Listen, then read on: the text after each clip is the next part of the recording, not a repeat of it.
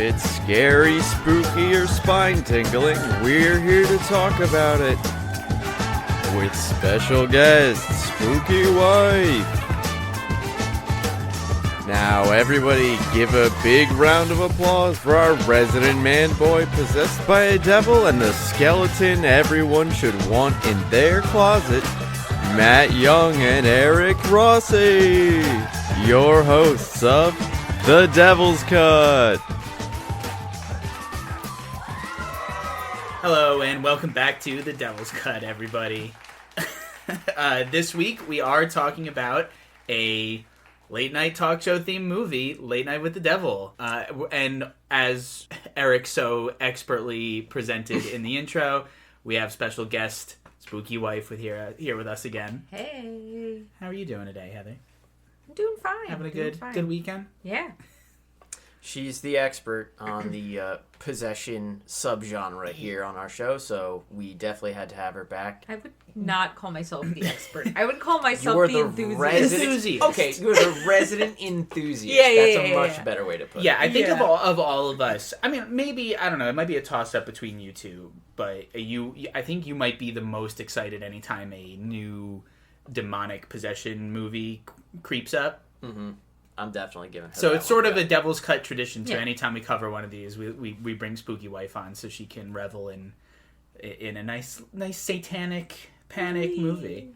I love it. I love the vibe. This one's definitely satanic This is- panicky. Yeah. Yeah. Oh yeah, for sure. I love the vibe. I love the era of them. They're usually 60s, 70s. 60s, 70s. Well, yeah, 60s, 70s is when the satanic panic happened. It's when the height of demonic possession in the country was at the most fever pitch. covered, right? Yeah. Yeah. Ah!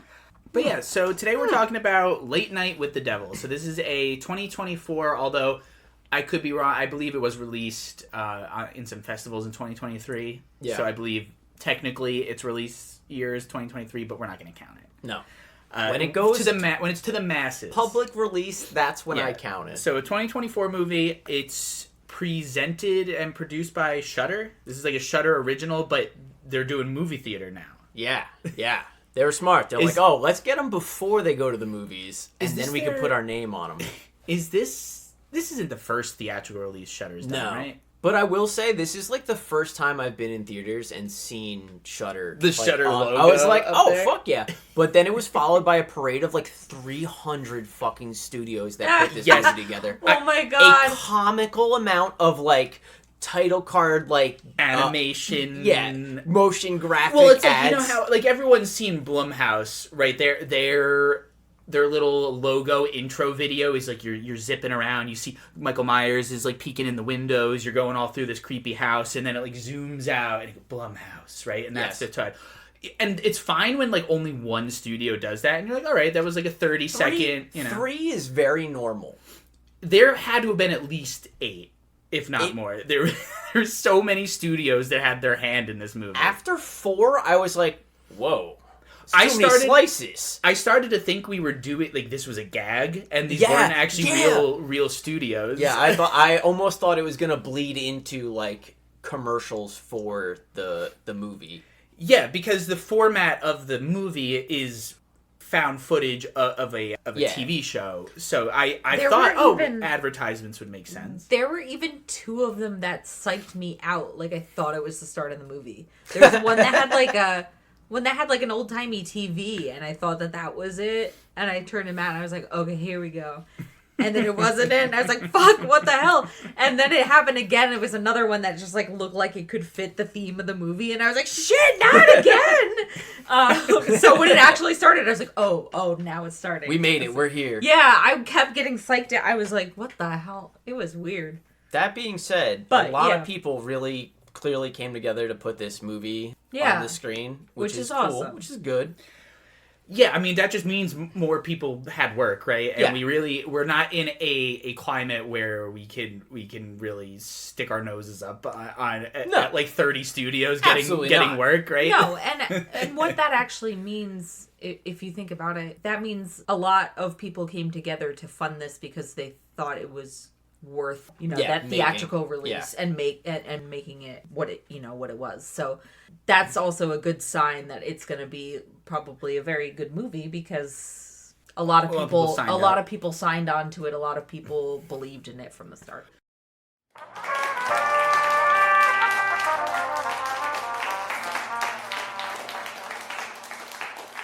So this is a Late Night with the Devil, 2024. It's an R-rated movie. It's 93 minutes. It's actually Australian. It's an Australian movie. It's just set in America. Okay. But the whole production and everything, Really? it's an Australian movie. Yeah.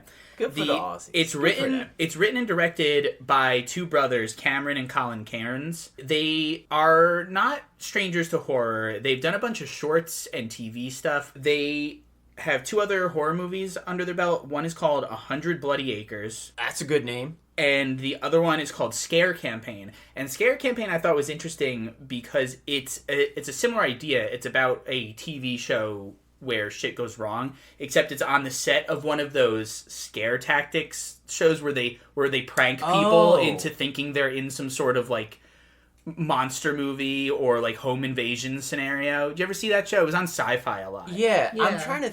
It's like a I prank feel like show. I've seen this project that you're talking about. Scare Campaign? Something about it sounds really familiar. It was from 2016, so it's a little older. This is their most recent... I mean, obviously this is their most recent work, but in a long time. They've had like...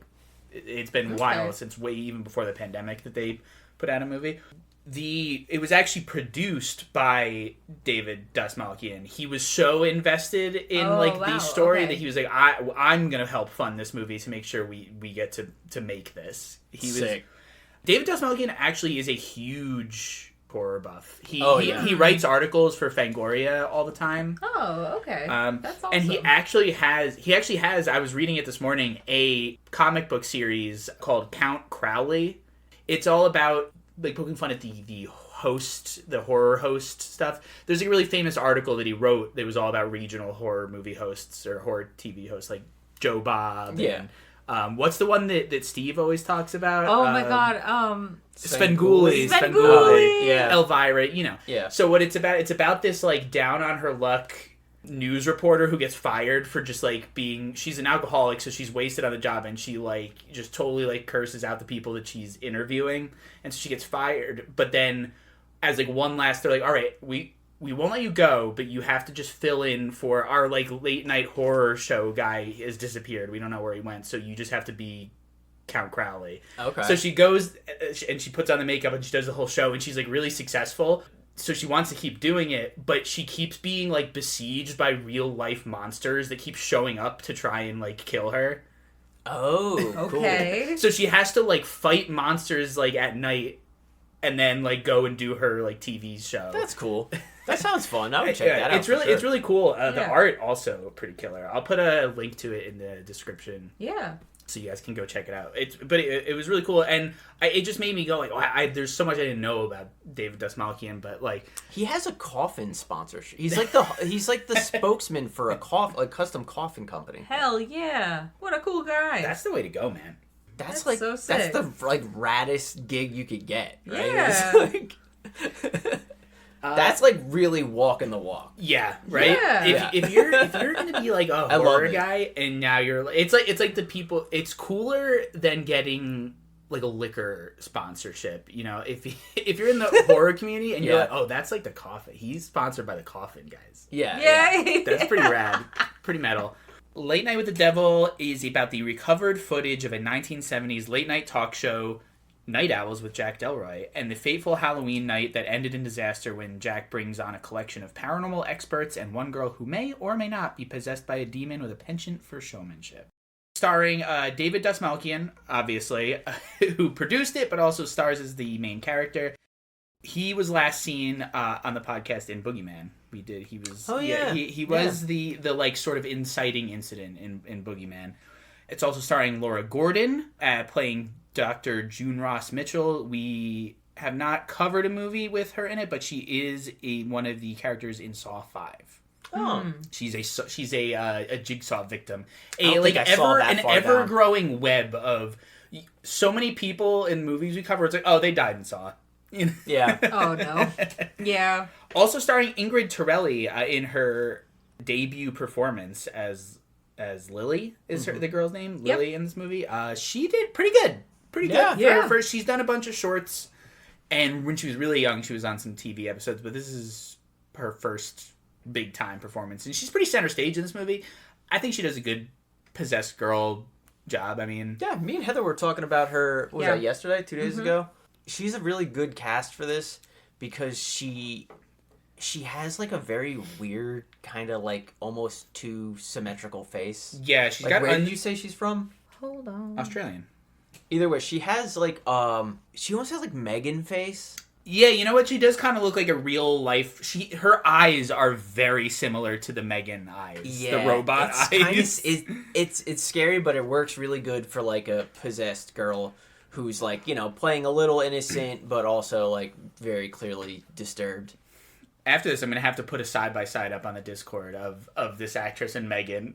Like, Yeah. corporate wants you to find the difference in these two pictures. But I was also saying, because she has like a foreign accent too, and probably hasn't like worked on like an American accent for very long. Fair. You also hear that, which kind of makes it feel kind of Unnatural. Yeah. It adds to the yes, just adds the to the creepy kind of factor. creepy vibe, which the unfamiliar. that was the part that like Eric was saying her physical features were like uncanny and felt kind of weird, and I said like the way she spoke talked and the performed, way yeah. also made you feel unsettled. So it all kind of just came together as kind of this kid doesn't feel right.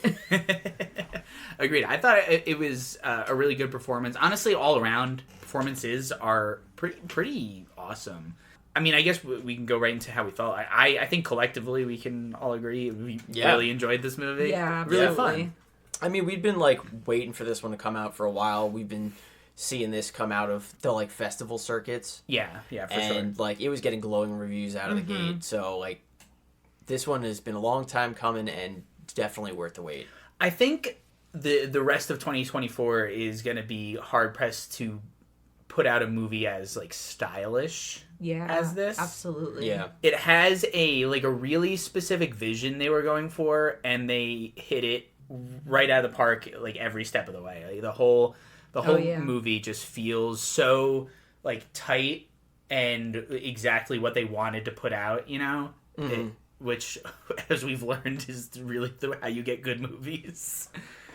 I can't really... There's not anything bad I could really say about it. I had a really good time. Oh, and did we talk about the AI art component? All right, for anybody... I feel like it was enough of a buzz that we have to at least mention it. Yeah. So, during the show, there's different... The bumper art for between segments in the show is using like your traditional spooky Halloween card kind of things, but all of the olden... it's like an old timey like skeleton or an old timey owl, and it's all There's themed. lots of owls. Well, because it's called, the name of the show is Night Owl. is Night Owl. Night Owl is the connection. So, And but the it's- owl, the big owl. but it's very clear in the little, maybe takes up a total of 5 seconds over the course of the movie, but the little bumper segment pictures are clearly made using AI art. But so is also the Night Owl logo itself with the building and the moon behind it, and it's also on the drum kit.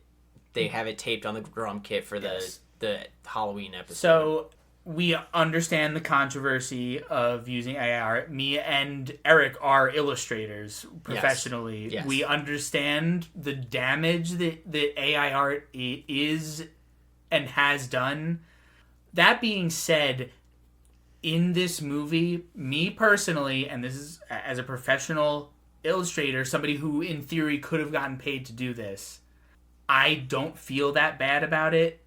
And I don't feel like it took a job away from anybody, because 8,000 studios worked on this.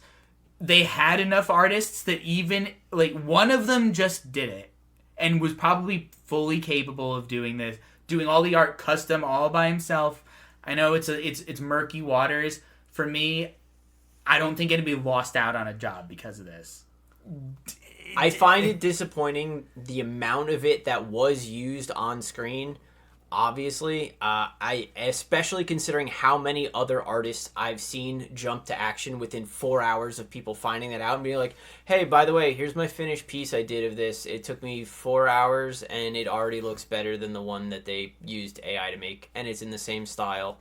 And you could have paid literally anybody to fucking knock this out of the park. No, yeah. But I don't blame. Like, it's a weird thing to like put the cross on the actor's back, because like David Dastmalchian had nothing to do with this. All these other actors, everyone who was in front of the camera, like, and the other people who worked on this movie behind the camera, literally and figuratively, it wasn't their call to make. Even if they show up on set and they're like, "What is this shitty AI art?" There's nothing they could do about it at that point. Yeah. Don't fuck up their reputation or image. Take this up with the studio who, you know, put that together. I think they could have fucking very easily just, even if they were paying the same guy, they could have told that guy, hey, this sucks ass, don't do this. But they wouldn't, because that would cost more money. Yeah. Moving on, though. Moving on. The whole aesthetic, like, was just like everything to me, because as we kind of mentioned, like, Matt and I are big fans of Mad Men. Like, I'm a sucker for period piece historical drama things, because especially like, that period. Especially that period. Yeah, for some reason I have a real like stuck on it in general. And they really just kind of transported you there. It's all supposed to feel as though you're watching a recorded copy of a live performance, and then also like background recording that was happening. Yeah, that wouldn't be considered B-roll, right? Because that would be stuff you're going to use. Yeah. So it'd be more like behind the scenes. Yeah, it's more like it switches between the broadcast and the behind the scenes when they're off the air. And they're two different like filming styles, because the broadcast is filmed in the old aspect ratio, the like square TV aspect ratio. Yeah. But then whenever you see the behind the scenes, it goes from color square aspect ratio to black and white like widescreen. Mm-hmm. Yeah. Which is cool. Yeah. Normally I find it kind of cheesy when movies like shift aspect ratios like that, unless it's done like really well. But it made sense in this movie because, again, it's like they let you know off the top that it's found footage plus additional footage from a different like camera. And we just put it together for you. Yeah. So you can get so that the viewers can experience the whole thing.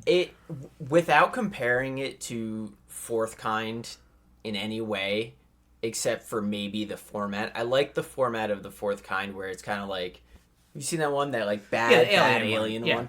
Where it's like, okay, you have the interview with the victim, and then like the dramatization of what happened, and then also the like found footage of the like events all spliced together. I like those kind of like weird, multifaceted deliveries. You know what, weirdly enough, did it in a way that I enjoyed a lot was that one season of American Horror Story, the Roanoke one, where it was a horrible thing happened to people, and then they made a show about it, and so you had the actual people and the actors that portrayed them, and they all had little confessionals at different points in the series. I thought that was very, very funny. Yeah, the Roanoke season was good. But, you know, what's cool about it is it's an interesting fix to a lot of the major pitfalls of found footage movies. Yeah. Because it's technically scripted footage, but of a TV show, right? So you get all of the found footage vibes, but it also is like you're watching something that's a little more intentional, which is cool. It sort of solves a lot of... You get the best of both worlds, almost. Yeah. Instead of like having, because usually the problem is by the like 11th hour of a found footage movie, you're like, oh my god, can this idiot put down this camera, please? Yeah. It's like, why are you still filming? Is always the question. Yeah. In this, it makes sense. You know, the show's got to go on. Yeah. Yeah. It's a contextually specific filming. Exactly. So we're gonna get into some spoilers and more. We're gonna go over the plot and stuff. So the movie centers around this late night talk show host, Jack Delroy.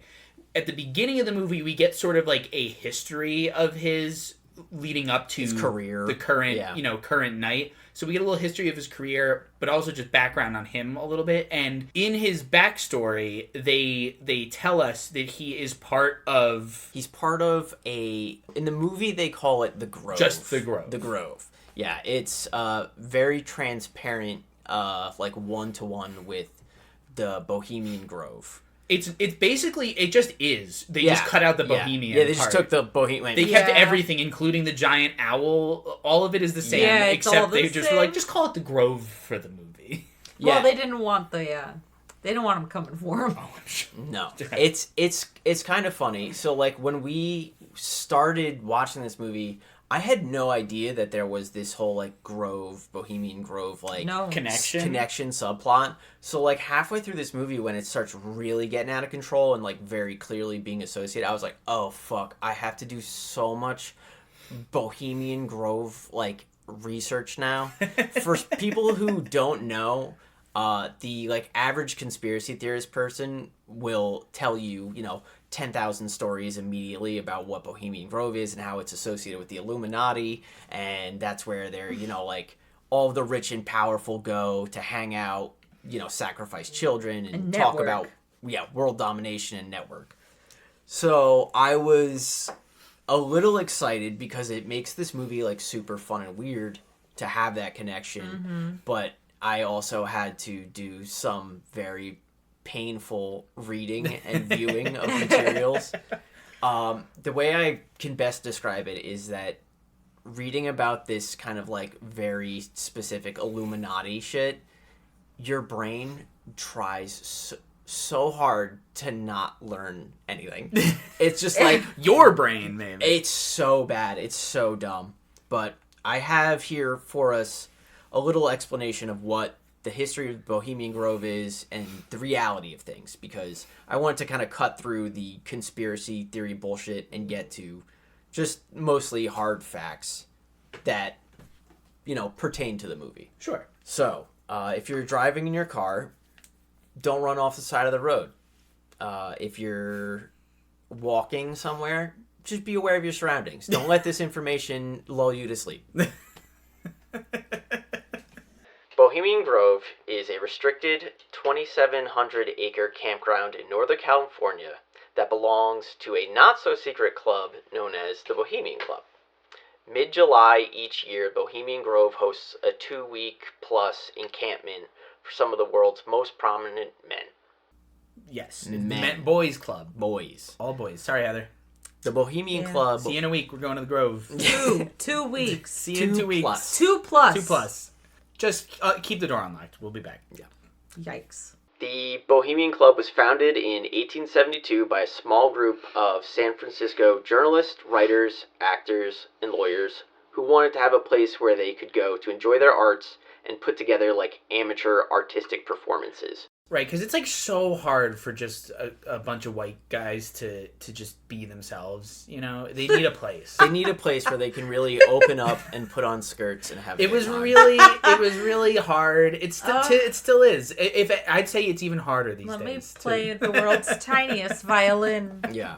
So we need our own place. We need a grove, guys. This is where, like, conspiracy theorists will tell you that it was started by, like, artsy-fartsy kind of types. Like, like I said, writers and actors who are trying to put on these little, shows and have a good time. Sounds much different than what we watched. Yeah. What the conspiracy theorists will tell you is that later on, that's when, like, the political influence and all the money came in to go, oh, we can just change this into something that we want to use. Not true.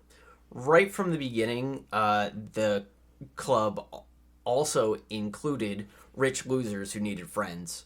So, as one well-to-do founding member puts it, it was apparent that the possession of talent without money would not support the club.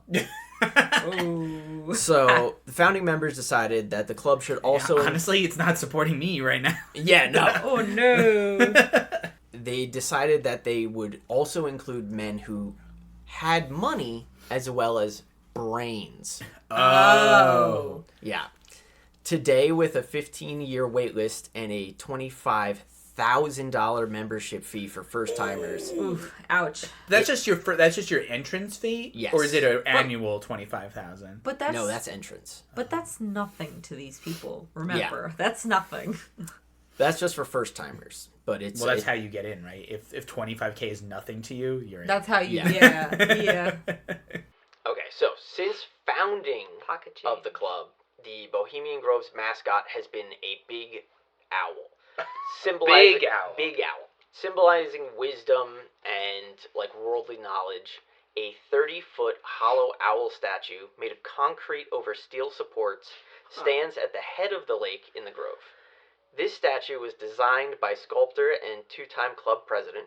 It was constructed in the late 1920s, and since 1929, the Owl Shrine has served as the backdrop for their yearly cremation of the care ceremony. I was listening to the cremation of the care, but first I just want to circle back to the two-time president who sculpted the owl. He must have been one of the guys who is money and brains, because let me tell you, that owl sculpture fucking sucks. It's ugly. It barely looks like an owl. They should have got a different guy to come in with the owl. It looks like they found a rock that they were like, well, it kind of has bird shapes. Yeah, it doesn't look like it's intentionally sculpted. Basically, they need to tell you it's an owl.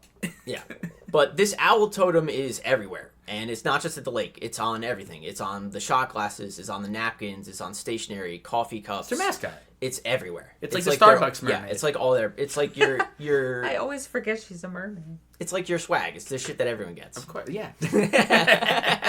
Oh, can't wait to get my owl koozie. Yeah, the cremation of care ceremony. This is a big. Guys, I promise. I promise it relates to the movie. So, the cremation of care ceremony is the highlight of the Grove encampment's opening day initiation ceremony. The campers are given permission to forget their worldly duties and responsibilities and instead focus on having a good time, pissing on trees, and rubbing elbows with the artsy-fartsy celebrities. The cremation of care. Yes. You burn your cares. Celebrities like Kid Rock, for example, who you can find online retelling the story of how he punched some young guy in the face one year when they made him stay in a cabin for the night like he was grounded. Wait, Kid Rock or The Rock? Kid Rock. Okay. Kid Rock. I didn't think The Rock. I was like, No. I don't know. No. He'd just make his own, I think. I don't think he would go. I would be amazed if The Rock's never been. Well, actually, he will be. Well, If I he think hasn't, he's been. I don't think he's a member. No. if he hasn't been, he'll be soon, because he's going to be doing his political office run. True. In the next cycle, I think. Yeah. And I will be voting for President Rock. President Rock. Arnold Schwarzenegger's been. He's been a guest speaker. Yeah, I mean, multiple times. Governor Schwartz. So, fear-mongering losers like Alex Jones will lead you to believe that the stagecraft, large robes, and burnt offerings are a sign of a wholly different type of ritual, citing the name that their giant owl altar, Moloch, which is generally associated with child sacrifice by people who don't read more than the first paragraph of their Wikipedia results. This type of misinformation, compounded with decades of rumor and satanic panic, have led to the Grove's tight association with New World Order type groups like the Illuminati and the insistence that these men are like eating children. But in reality, it's just an overinflated version of the shitty skits and plays that they put on at summer camp. They all gather next to the lake in their fancy red-pointed and hooded robes, and after a lot of narration and incantation from a pre-recorded Walter Cronkite bit... Yeah. That part